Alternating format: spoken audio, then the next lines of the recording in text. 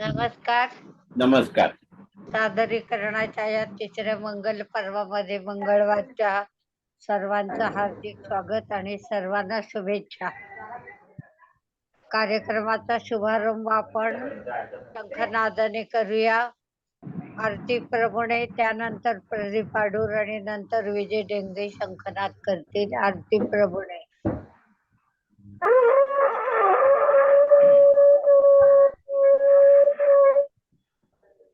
प्रदीप आडूरजी.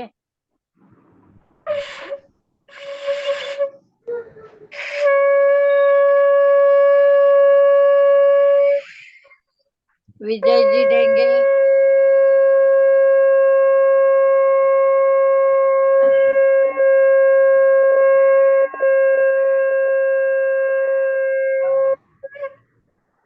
विजयजी डेंगे.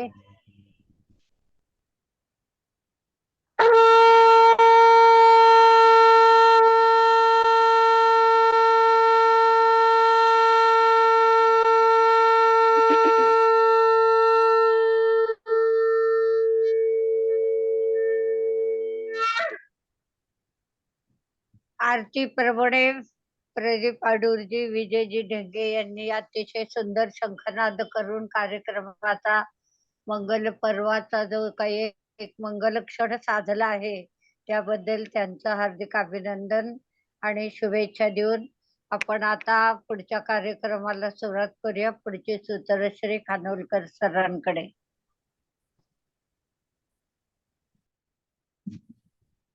नमस्कार सगळ्यांना. सगळ्यात महत्वाची एक गोष्ट अशी असते ज्याला आपण सादरीकरण म्हणतो. ती म्हणजे आपण म्हटलेलं आहे की 4 मिनिटामध्ये आपल्याला ज्या विषयावर बोलायचं आहे तो विषय किंवा जर कविता वाचन करायचं असेल तर ती कविता साधारण 1-2-3 मिनिटामध्ये होतात. पण लेखन आपल्याकडचे बरेच जण प्रयत्नपूर्वक व्यवस्थित ते 4 मिनिटाच्या आत बसवतात.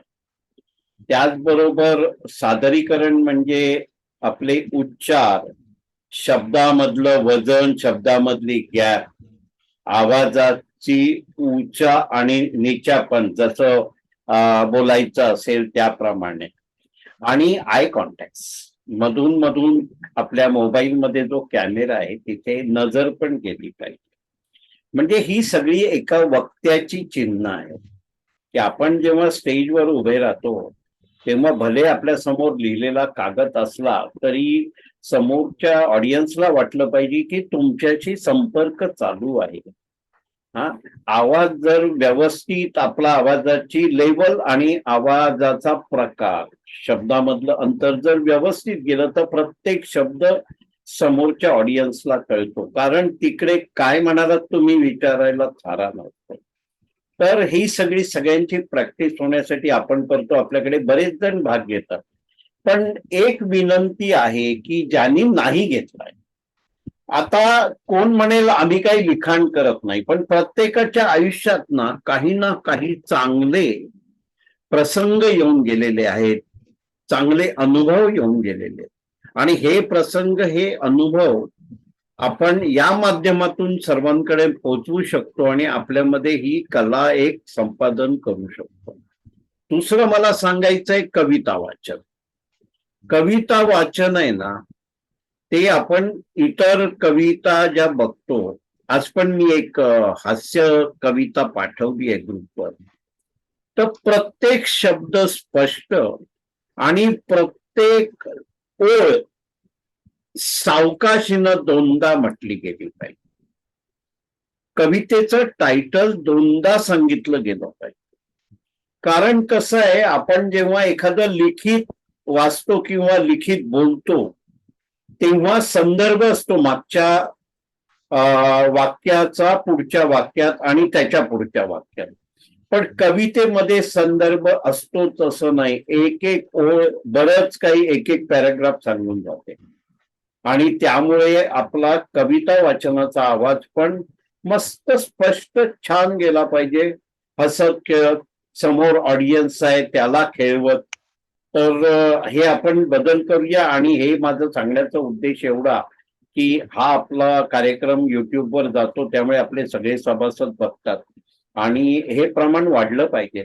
उद्या आपण म्हणतो 10 जणांचं सादरीकरण झालं पाहिजे, ते उद्या 15 झालं तरी आपण वेळ काढणार शोधून.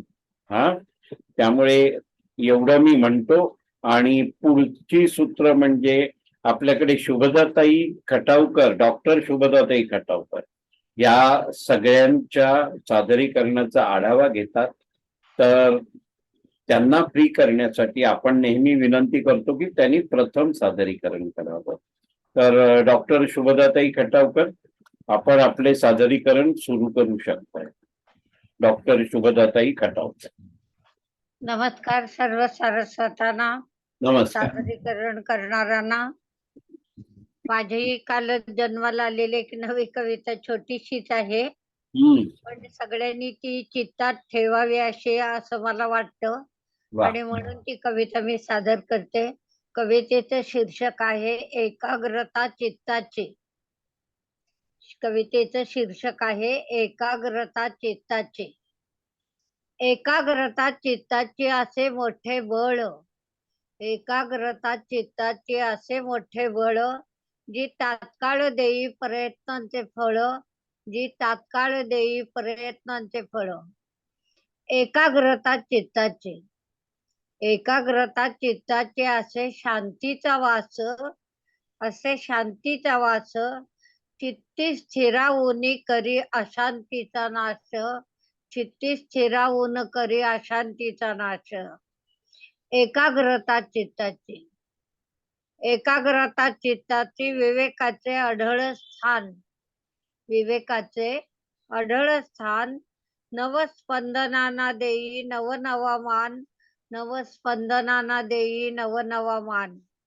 एकाग्रता चित्ताची, एकाग्रता चित्ताची वाढवी पारमार्थिक सामर्थ्य, एकाग्रता चित्ताची वाढवी पारमार्थिक सामर्थ्य, चराचराला जिंकण्याचं मनी फुले औदार्य, चराचराला जिंकण्याचं मनी फुले औदार्य. ठेवा चित्ती एकाग्रता, म्हणून ठेवा चित्ती एकाग्रता, वाढेल मनीची शांतता. ठेवा चित्ती एकाग्रता, वाढेल मनीची शांतता. सुख समाधान ओसंडेल, सुख समाधान ओसंडेल, मन अपूर्वतेने आनंदता, मन अपूर्वतेने आनंदता.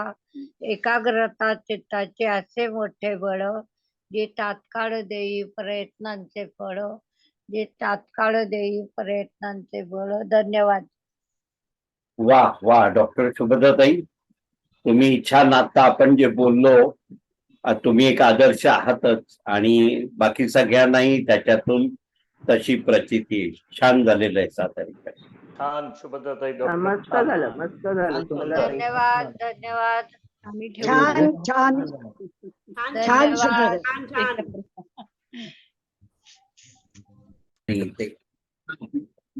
विकास पाटील सादरीकरण करतायत. विकासजी, करा सुरुवात. नमस्कार सर्वांना. मध्यंतरी एका निबंध स्पर्धेत माझा द्वितीय क्रमांक आला. ते पत्र निबंध मी आता वाचतोय. विषय आहे मी पोस्ट कार्ड बोलतोय. मी पोस्ट कार्ड बोलतो. श्रावण महिना सुरू झाला की गणेश चतुर्थीचे वेध सुरू होतात. गणेश चतुर्थी जवळ येत आहे म्हणून मी प्रतिवर्षीप्रमाणे माझ्या आजोळी मामांना आम्ही येत असल्याचे कळवण्यासाठी पोस्ट कार्ड लिहायला घेतले. तोच अचानक पोस्ट कार्ड माझ्याशी बोलू लागले. मी चाटच पडलो. पेन बाजूला ठेवून मी ऐकू लागलो. नमस्कार साहेब, बऱ्याच महिन्यांनी का होईना तुम्ही माझी आठवण काढली. खूप बरं वाटलं. नाहीतर हल्ली कोण आमची आठवण ठेवतो. हा, तुमच्यासारखी काही जुनी मंडळी काढतात आमची आठवण अधूनमधून. आता तर तो मोबाईल का काय नवीन मशीन आहे, त्यातून म्हणे सर्व संदेश पाठवता येतात. त्यावर म्हणे सर्वांचा जीव जडला आहे.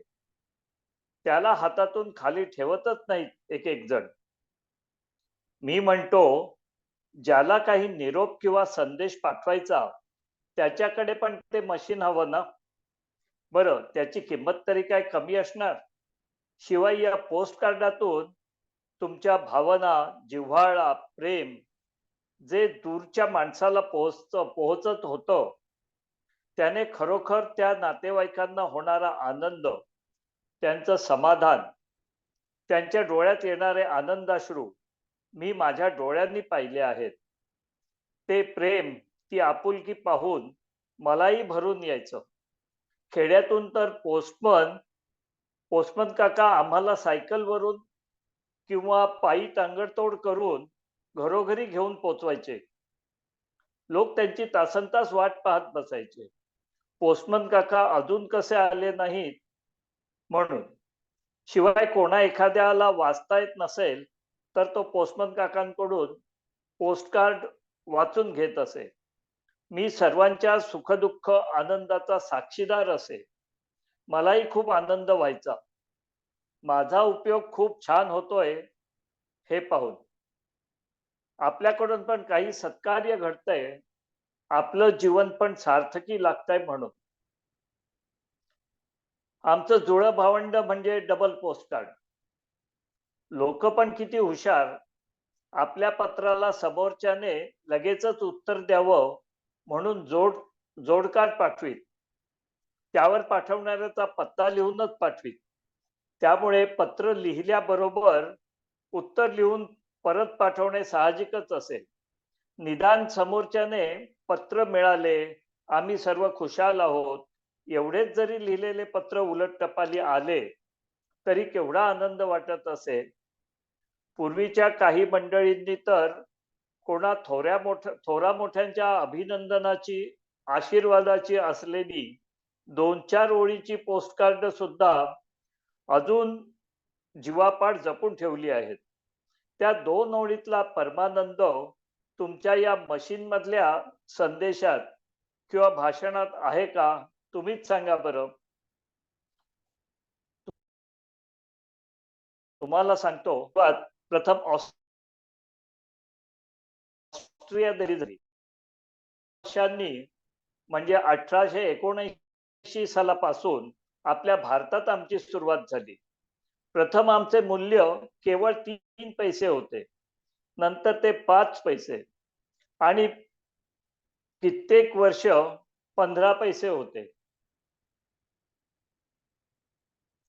त्यानंतर 25 पैसे आणि साधारण 150 वर्षांनंतर अजूनही केवळ 50 पैसे आहे. आता तुम्हीच सांगा, 50 पैशात मिळतं तरी काय?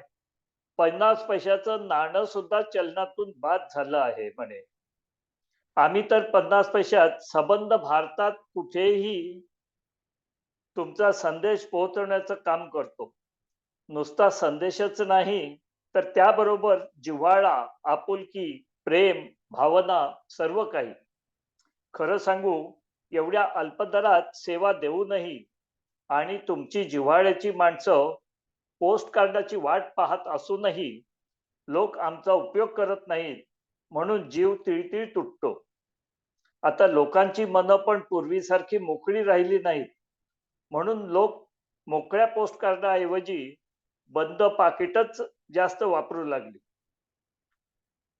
त्यातही नवीन फॅशन म्हणजे कुरिअर सेवा. कुरिअरने पत्र पाठवणे हेही लोकांना मोठेपणाचे लक्षण वाटू लागले आहे. असो साहेब, मी तुमचा बराच वेळ घेतला. तुम्ही पण तुमचं लिखाण सोडून माझं शांतपणे ऐकत आहात. खूप बरं वाटलं. माझंही मन मोकळं झालं. नमस्कार. पोस्ट कार्डाचे हे बोल ऐकून मी थक्क झालो आणि डोळे मिटून शांतपणे स्थितप्रज्ञ झालो. नमस्कार. वा वा वा, खूप छान. छान झालं. आता पोस्ट कार्ड कुठे दिसतच नाही. एकदम खरी गोष्ट आहे, खरी गोष्ट आहे. स्थितप्रज्ञ. छान छान छान माहिती. धन्यवाद. धन्यवाद. तयार. आपल्या समोर आता भारतीताई खानोलकर सादरीकरण करतायत. हा भारतीताई बोला. सर्वांना नमस्कार. नमस्कार. श्रीकृष्ण लीला पुढे आपण पाहतो आहोत. तर मागच्या भागात दुर्योधन पांडवांचा सतत मत्सर करत असतो याची अनेक आपण कारण पाहिली. आता तो एक महाभयंकर असा द्यूताचा डाव टाकून त्यांना त्याच्यात हरवतो आणि 12 वर्ष वनवास आणि 1 वर्ष अज्ञातवास असं त्यांना घराबाहेर काढलं, जवळजवळ घराबाहेर काढतो. तर त्यांचा तो असा 12 वर्ष वनवास संपून अज्ञातवास ते विराट राजाकडे घेत असतात. तेव्हा अचानक कौरव विराट राजाच्या नगरीवर स्वारी करतात आणि त्यावेळेला अर्जुन पराक्रमाने विराट राजाला यश मिळवून देतो, विजय मिळवून देतो. आणि पांडवांची नेमकी तेवढ्यातच अज्ञातवासाची वर्ष संपत आली असल्यामुळे ते प्रकट होतात आणि विराट राजा अर्जुनावर प्रसन्न होतो की त्याचं शौर्य आणि त्याने एवढा पराक्रम गाजवला, एवढ्या महाभयंकर सैन्यावर विजय मिळवून दिला. याच्यासाठी विराट राजा अर्जुनाला आपली मुलगी उत्तरा ही स्वीकारायला, तिच्याशी लग्न करायला सांगतो. तर हे पांडव त्यावेळेला वनवासात असताना द्रौपदीने प्रत्येकाला काही ना काहीतरी कला शिक्षण घ्यायला लावलेलं असतं आणि अर्जुन नृत्य शिक्षण शिकवत असतो. द्रौपदी दासीचं काम करत असते, विराट राजाच्या पत्नीची दासी. अशा प्रकारे त्याने कामं वाटून घेऊन ते काम तिथे करत असतात. तर अर्जुनाला अर्जुन आणि सुभद्रा गुरु असल्यामुळे, उत्तरा ही शिष्य असल्यामुळे अर्जुन हा विवाह आपल्या पुत्राशी म्हणजे अभिमन्यूशी, सुभद्रा आणि अर्जुन यांचा मुलगा अभिमन्यू याच्याशी करायला संमती देतो. आणि पुढे तसं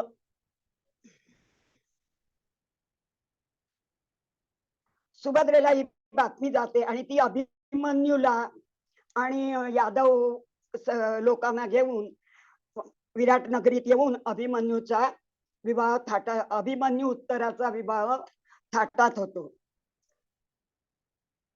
आता तो ज्या वेळेला राजसूय यज्ञ झाला असतो त्यावेळेच्या आधीपासून सुभद्रा तिच्या माहेरी द्वारकेत, त्यावेळी अर्जुनाचा जन्म झालेला असतो राजसूय यज्ञाच्या आधी, आणि ती द्वारकेत आपल्या माहेरी असते.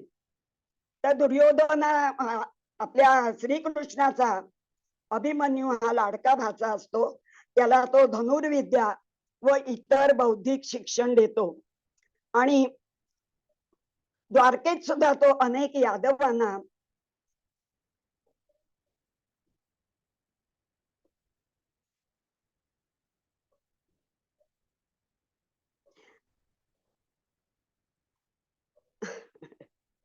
धनुर्विद्या व इतर बौद्धिक अर्जुनाला शिक्षण देतो आणि द्वारकेत अनेक यादवांना सुद्धा तो विवाहाला ते येतात.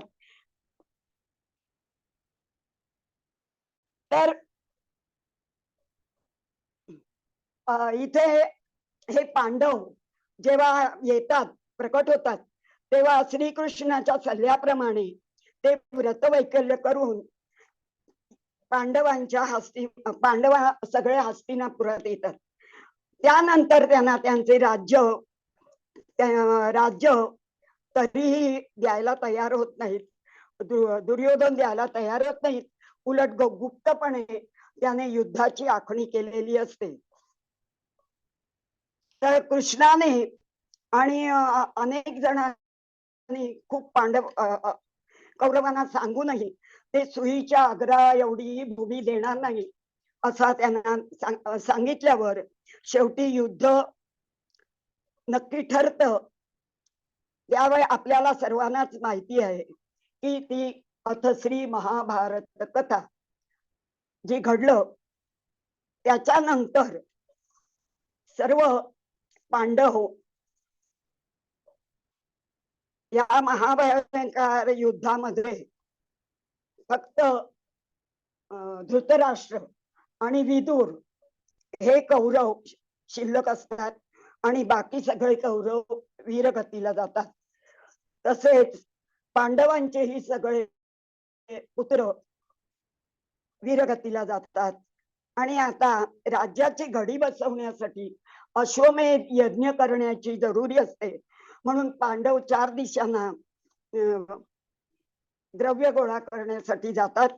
आणि यादव एक दूत त्यांचा श्रीकृष्णाला आणि यादवांना बोलवण्यासाठी द्वारकेत जातो.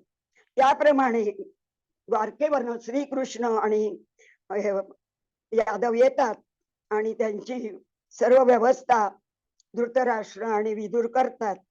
आणि ते असेच एकदा कुटुंबासहित गप्पा काही करत बसलेले असताना कुंती मात एक दासी धावत येते आणि ती म्हणते की कुंती मातेच्या महाली अनर्थ घडला आहे आणि तुम्हाला बोलवलं आहे.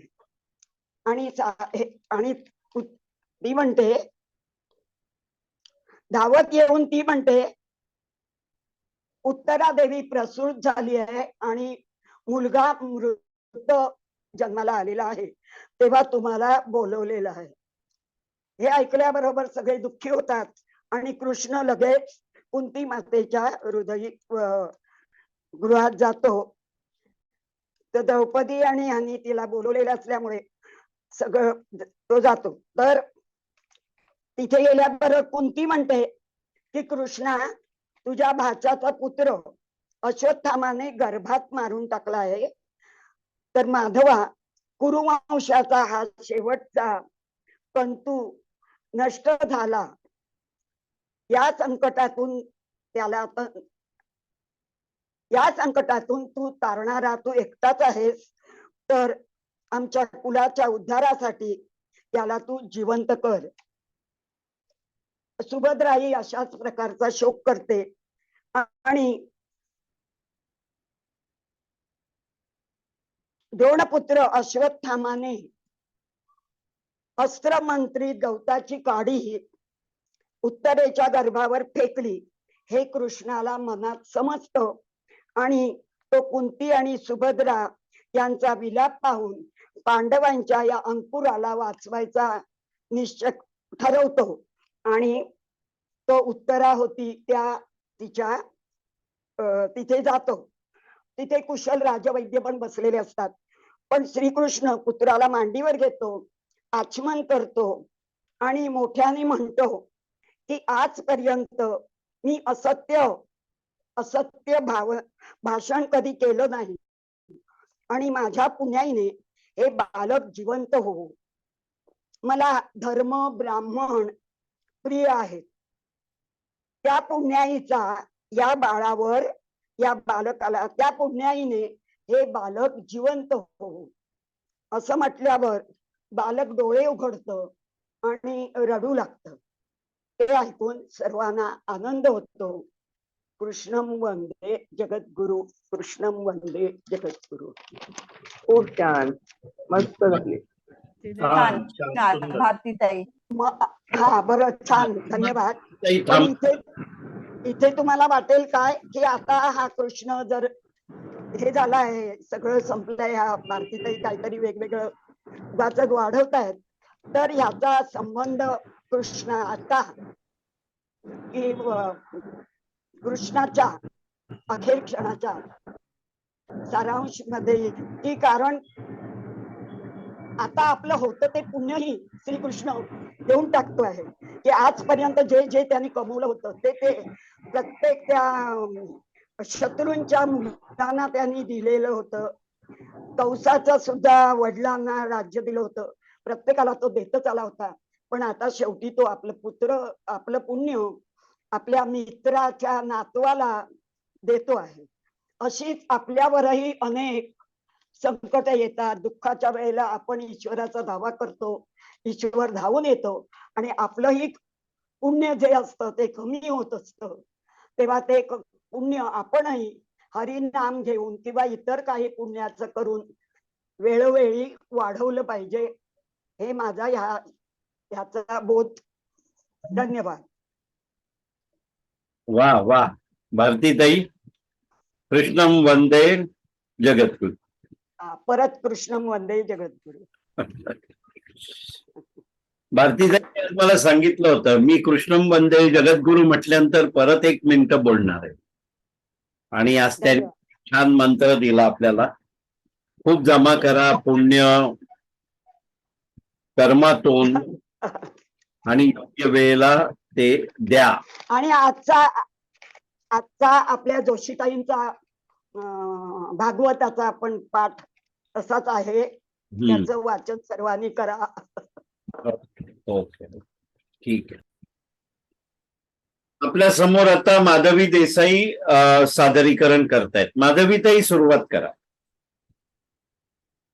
नमस्कार सगळ्यांना. नमस्कार. आजचा माझा विषय आहे माझी कार. प्रत्येकालाच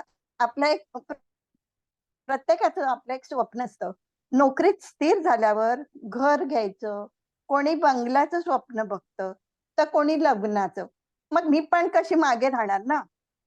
रस्त्यावरून जाताना काही स्त्रियांना मी कार चालवताना पाहायची. खूप कुतूहल मनात असायचं, कशी एवढी मोठी कार चालवत असतील. लगेच मला मी सायकल चालवत असतानाचे दिवस आठवायचे. किती वेळा पडलोय आपण, धुळीत माखलोय. एकदा तर चक्क चिखलातच माझी सायकल रुसून बसली. केवढा जीव वर खाली झाला होता म्हणून सांगू. एकतर भाड्याची आणले. हो, तेव्हा माझी स्वतःची सायकल नव्हती. आईचं बरचसं काम मी करायची, त्या बदल्यात मला पैसे मिळायचे खाऊसाठी.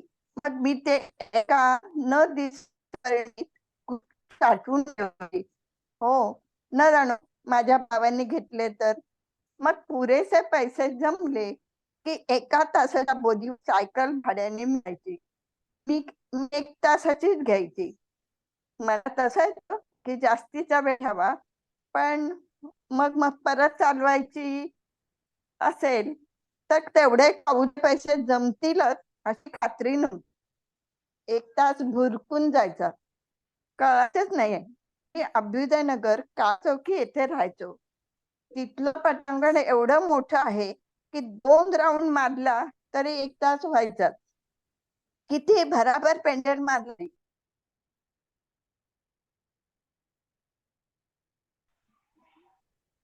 आता आपल्या समोर निवेदिता ताई खासनी सादरीकरण करतायत. हा, निवेदिता ताई, करा सुरुवात. जनरली श्रावण महिन्यामध्ये ऊन पावसाचा खेळ असतो आणि त्यावेळेला इंद्रधनुष्य दिसतं. तर माझी जी स्वरचित कविता आहे इंद्रधनुष्य, की जी मी अक्षर मंच या ग्रुपवर पाठवली होती आणि त्याला प्रेरक काव्यरचना आणि सुंदर वर्णन असा अभिप्राय मिळाला आहे. तर मी वाचायचा प्रयत्न करते. ऊन पावसाच्या खेळामध्ये श्रावणासारख्या महिन्यामध्ये, ऊन पावसाच्या खेळामध्ये श्रावणासारख्या महिन्यामध्ये काही मिनिटाच्याच दर्शनाने लहान थोर नाचती आनंदाने. काही मिनिटांच्याच दर्शनाने लहान थोर नाचती आनंदाने. रथातून होणाऱ्या आगमनाने ताना पिही निपाजाच्या उधळणीने. रथातून होणाऱ्या आगमनाने ताना पिही निपाजाच्या उधळणीने. इंद्रधनुष्याची पाहत ती कमान विसरून जातील देहमान. इंद्रधनुष्याची पाहता ती कमान विसरून जातील देहमान. पाण्यावरील रंगीबेरंगी तरंग पाहताच मन होईल धुंद. पाण्यावरील रंगीबेरंगी तरंग पाहताच मन होईल धुंद. मुले होतील दंग, कशी विसरून जातील सांग तुला सांग. मुले होतील दंग, कशी विसरून जातील तुला सांग. सप्तरंगाची उधळण करतोस, माझे मन मोहून टाकतोस. सप्तरंगाची उधळण करतोस, माझे मन मोहून टाकतोस. क्षणातच ऊन पावसाचा खेळ बंद होतो. क्षणातच ऊन पावसाचा खेळ बंद होतो. त्या क्षणी तू लयाला जातोस. त्या क्षणी तू लयाला जातोस. आता तुझे दर्शन होतच नाही रे. आता तुझे दर्शन होतच नाही रे. तुझे सप्तरंग नजरेस पडतच नाही रे, तुझे सप्तरंग नजरेस पडतच नाही रे, आणि माझे मन उच्चांबळूनच जात नाही. पण तुझे आल्हाददायक रूप मात्र माझ्या मनात रुंजी घालते. आल्हाददायक रूप मात्र माझ्या मनात. नमस्कार. छान छान मस्त झाले. कविता छान. सुंदर. सुंदर सुंदर. निवेदिता ताई सुंदर. मला ते इंद्रधनुष्य असं डोळ्यासमोर दिसायला. आपल्या समोर आता अनामिकाताई चव्हाण सादरीकरण करतायत. हा अनामिकाताई, करा, सुरुवात करा. नमस्कार सगळ्यांना. नमस्कार. आज मी हग थेरपी याबद्दल सांगणार आहे. म्हणजे मिठी किंवा गळा भेट किंवा आलिंगन उपचार पद्धत, मानसिक आणि शारीरिक आरोग्य ही पद्धत कशी उपयोगी आहे ते आपण पाहणार आहोत. त्याआधी 1-2 प्रसंग, संबंधित प्रसंग मी थोडक्यात सांगणार आहे. पहिला म्हणजे 8-10 वर्षापूर्वी मला किडनी स्टोनचा आजार झाला. मी घरात पडले आणि मला कमरेतून फ्रॅक्चर सुद्धा झालं. औषधाचा मारा तर सुरू झालाच, परंतु किडनी स्टोन आणि फ्रॅक्चर म्हणजे कॅल्शियम युक्त आणि कॅल्शियम मुक्त असा आहार डॉक्टरांनी सुचवला. पण आता ह्याची सांगड कशी घालायची? परंतु त्यातून सुद्धा माझी एक मैत्रीण डॉक्टर, आयुर्वेदिक डॉक्टर होती, तिने मला छान सांगड घालून दिली औषधाची आणि आहाराची. आणि तिने एक प्रेमळ धमकी पण दिली त्यावेळेला की एक पण दिवस चुकवलंस तर माझ्याकडे पुन्हा यायचं नाही. मी पण ते काटेकोर पाळलं आणि फार लवकर मी बरी झाले आणि मला खूप आनंद झाला. आणि माझे रिपोर्ट पण ओके आले होते. ते सगळं दाखवण्यासाठी मी तिच्या क्लिनिक मध्ये मी गेले. ती बिझी होती, पण मला पाहून ती म्हणाली, आता तू बरी आहेस ना, मग काय? मी सांगितलं, काही नाही, I want to hug you. मला तुला गळाभेट करायची आहे. आणि तिला ते सारे मला आनंद किती झालेला आहे आणि मी किती बरी झाले हे तिला समजलं. आता दुसरा प्रसंग म्हणजे माझ्या एका जवळच्या नातेवाईकांचे अकस्मात निधन झाले आणि बायकोला तो शोक अनावर झाला. डोळ्यातून अश्रू काही येईना आणि तोंडातून शब्द फुटेना, इतकं तिला शॉक लागला आणि ती फक्त नुसतं असं बघतच राहिली. बरेच तास तसेच गेले. खूप लोकांनी समजावलं, पण खूप उशिरा संध्याकाळी बाहेर गावून तिची जेव्हा छोटी बहीण तिला भेटायला आली आणि तिची गळाभेट जेव्हा तिने घेतली, तेव्हा मात्र तिने हंबडा फोडला आणि ओक्साबोक्सी रडायला लागली. तिसरा प्रसंग म्हणजे असे युद्धभूमीवर एकदा युद्ध चालू असतानाच आपला सहकारी प्रिय मित्र धारातीर्थ पडलाय, त्याला वीर मृत्यू आलेला आहे हे पाहून त्याच्या मित्राने त्याही परिस्थितीत मित्राच्या शवाला आलिंगन दिले. शाश्रू नयनाने निरोप देत म्हणाला, मित्रा जिंकलास, तुला वीर गती प्राप्त झाली, देशाला तुझा अभिमान तर कायमच राहील, पण अजून खूप दुश्मन मारायचे आहेत रे, पण ते स्वप्न मी पूर्ण करीन. असं म्हणून एक मोठा सॅल्यूट मारला आणि परत निर्धाराने दुश्मनासमोर आपली बंदूक रोखतो. तर मंडळी, या जे शब्दातून व्यक्त होत नाही ना, ते गळाभेटीने व्यक्त होते, जाणवते. जोडीदाराशिवाय आई वडील, भाऊ बहीण, मैत्रीण, आजी आजोबा कुठल्याही नात्याला प्रेमाने मिठी करता येतात, ते एक प्रभावी माध्यमच ठरते. शुभेच्छा देण्यासाठी, सांत्वन करण्यासाठी, मानसिक भावनिक आधार देण्यासाठी सुखादुःखाच्या वेळी आपण जवळच्या व्यक्तीस मिठी मारतो. जसे की बाळाचा जन्म झाल्यावर आई त्याला उराशी घेते, संस्कार करताना खरे खोटे ओरडल्यानंतर प्रेमाने जवळ घेते. खूप दिवसांनी प्रिय व्यक्तीची जर अचानक भेट झाली तर मिठी मारली जाते. शिवाजी महाराजांची अफजल खान भेट तर ही तर वाईट वृत्ती संपवण्यासाठी होती. हज यात्रा, तीर्थयात्रा, मान सन्मान, बक्षीस समारंभ, पारितोषिक वितरण प्रसंगी, सण वार, उत्सव, वाढदिवस, लग्नाचा वाढदिवस, या सगळ्याच्या वेळी आपतेष्ट आपले जवळचे नातेवाईक मिठी मारतात. मुलगी सासरला जाताना आणि सासरहून माहेरला येताना. सिनेमा नाटकात गळाभेट हेतू परस्पर दाखवली जाते. धमकी देण्यासाठी, इशारा देण्यासाठी आणि काहीतरी मागणी करण्यासाठी. स्पर्धेला, मोहिमेला, परीक्षेला जाताना गळाभेटीनेच बेस्ट ऑफ लक दिले जातात. देश विदेशात मंत्र्यांचे जाणे येणे स्वागत गळाभेटीनेच केले जाते. पशु पक्षी पण आपल्या सुखदुःखाच्या भावना एकमेकांना बिलगून आपले अवयव घासून, चोच घासून करतात. पिल्लांना आपल्या कवेत घेऊन माया देखील करतात. प्रेमविरहाने व्याकुळ झालेले प्रेमयुगल भेटता क्षणी आलिंगन देतात. मागे एकदा मी डिस्कव्हरी चॅनेलवर वाईल्ड लाईफ हे पाहताना एक म्हातारा चिंपांझी खूप वर्षांनी दिसलेल्या आपल्या मालकाला धावत जाऊन मिठी मारतो. आपली ओळख पटवतो. मालकाला थोड्या वेळ समजत नाही, पण नंतर त्याला जाणीव होती की अरे हा तोच आहे ज्याला मी लहानपणी सावरलं होतं, काळजी घेतली होती, वाचवलं होतं आणि मोठा केला. हल्लीच्या क्रिकेट सीझन चालू आहे, सगळ्यांना माहिती आहे. अशाच प्रकारे कुठलाही खेळ असो, खेळामध्ये जर प्रावीण्य मिळवलं, किल्ला जिंकलं, तर त्याचा आनंद तर गळाभेटीनेच होतो. अशा प्रकारे मिठी खूप काही सांगून जाते, जाणीव करून देते, आनंद देते आणि सांत्वन सुद्धा करते. परदेशात आणि आता भारतात पण ही हग थेरपी प्रचलित झाली आहे. 21 जानेवारी 1986 पासून US मध्ये नॅशनल, इंटरनॅशनल आणि ग्लोबल हग डे म्हणून मानला जातो. यंदा पण 21 जानेवारी 2024 ला हग डे आहेच. करोनामध्ये परदेशात तर काव हग थेरपी प्रचलित झाली आहे. गौशाळेत जाऊन गौमातेला लोक गळाभेट घेऊन असे बसायचे. आता आपण त्याचे थोडक्यात फायदे पाहू. संशोधन आणि अभ्यासाअंतर्गत अनेक फायदे आढळून आले. जवळच्या व्यक्तीस मिठी मारल्यास मानसिक, शारीरिक आरोग्य चांगले राहते, रिलॅक्स वाटते, मूड चांगला बनतो, सकारात्मक ऊर्जा वाहू लागते, मेंदू अधिक कार्यान्वित बनते, पॉझिटिव्ह वाटते, उत्साह आणि आनंदी हार्मोन्स वाढतो, हृदय निरोगी राहते, रक्तप्रवाह सुधारून वाढतो, ताणतणाव, नैराश्य दूर होते, आत्मविश्वास आणि आपली प्रतिकार शक्ती पण वाढते. धन्यवाद. वा वा वा, वा, खूप छान माहिती. खूपच खूपच छान, छान, छान खूप माहिती. छान. खूप महत्वाचा विषय आहे हा.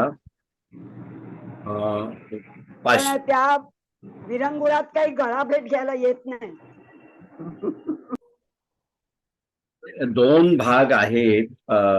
हगिंग म्हणजे गळाभेट आणि डान्स, हे पाश्चात्य दोन्ही गोष्टी आहेत. त्या मानसिक आणि शारीरिक स्वास्थ्यासाठी चांगल्या आहेत.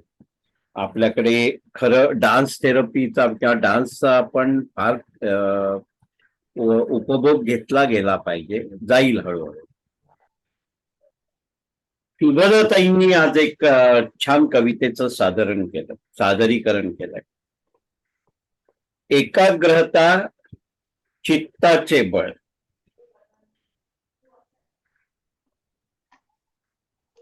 त्यावेळेला ते म्हणतायत, तात्काळ देईल प्रयत्नाचे फळ. काही खरे अख्खी कविता याच्यातच सामावली आहे. एकाग्रता चित्ताचे बळ, तात्काळ देईल प्रयत्नांचे फळ.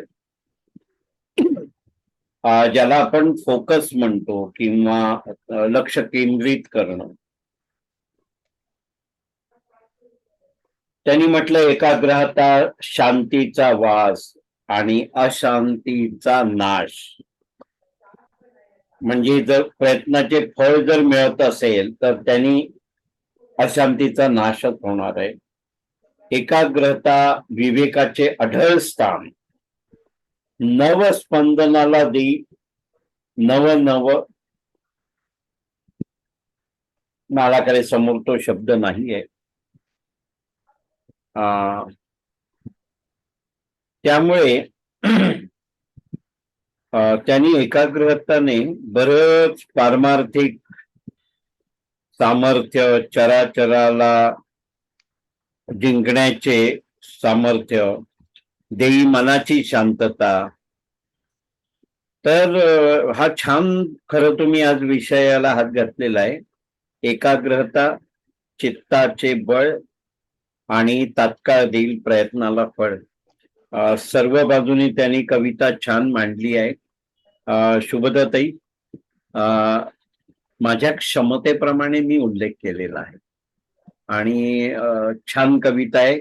हा मेसेज तुम्ही छान दिलेला आहे त्या कवितेवर. नमस्कार. नमस्कार. पहिला नंबर लागलेला आहे विकास पाटलांचा. हम्म. स्पर्धेमध्ये त्यांना दुसऱ्या क्रमांकाचं बक्षीस मिळाले. पत्र त्यांनी मी पोस्टकार्ड बोलतोय आपल्यापुढे सादर केलं.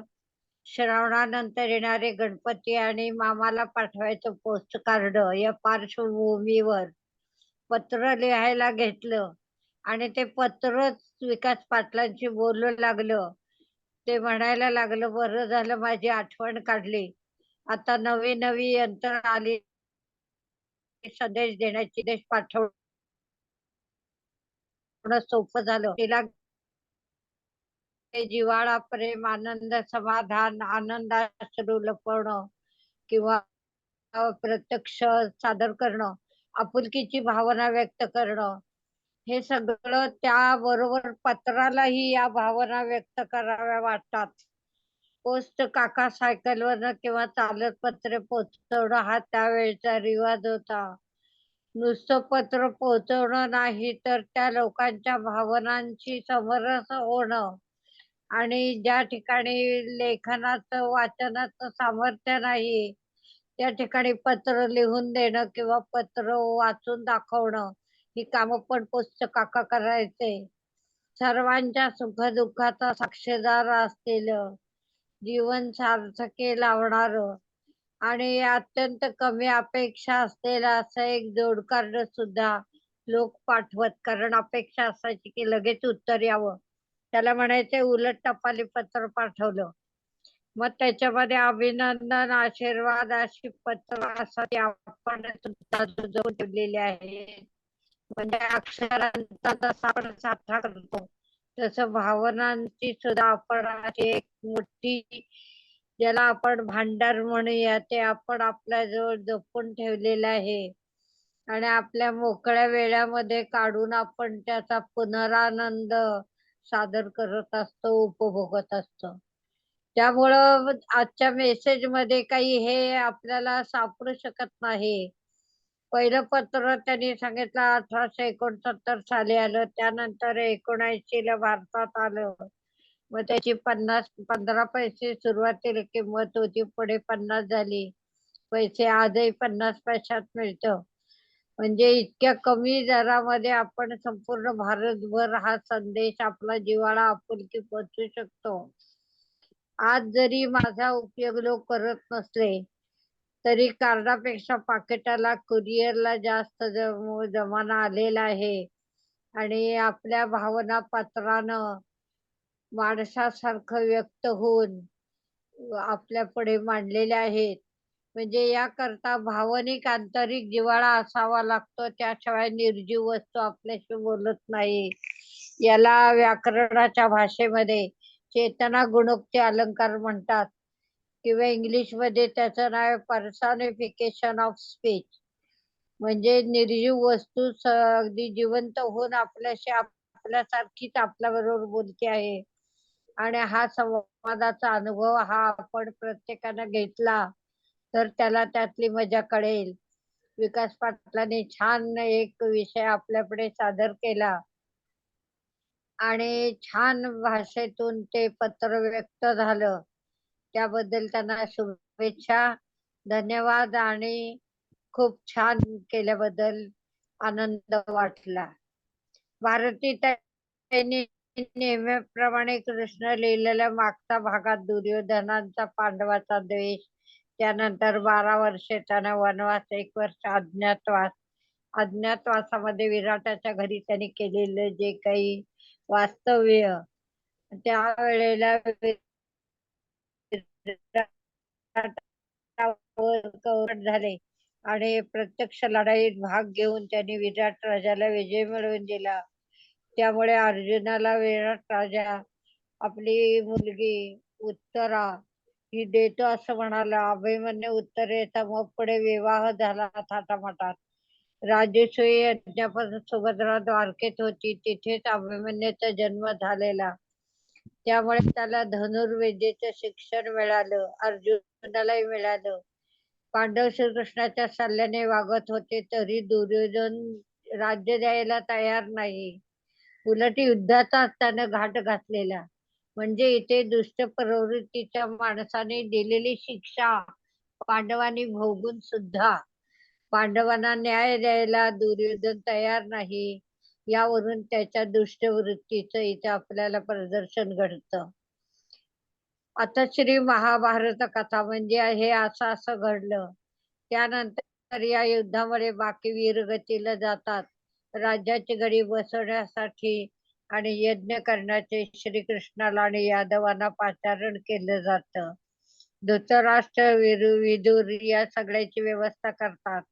महारी अनर्थ झाला त्यावेळेला की उत्तरा प्रसूत झाली पण मुलगा मृत जन्मला आहे.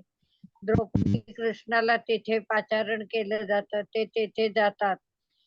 द्रौपदी आणि कुंती दोघेही धाय मोकलून कुरुवंशाचा हा दीप नष्ट होऊ नये यासाठी श्रीकृष्णाला प्रार्थना करतात. कुलोद्धारासाठी त्याला जिवंत कर बाबा, काहीही कर.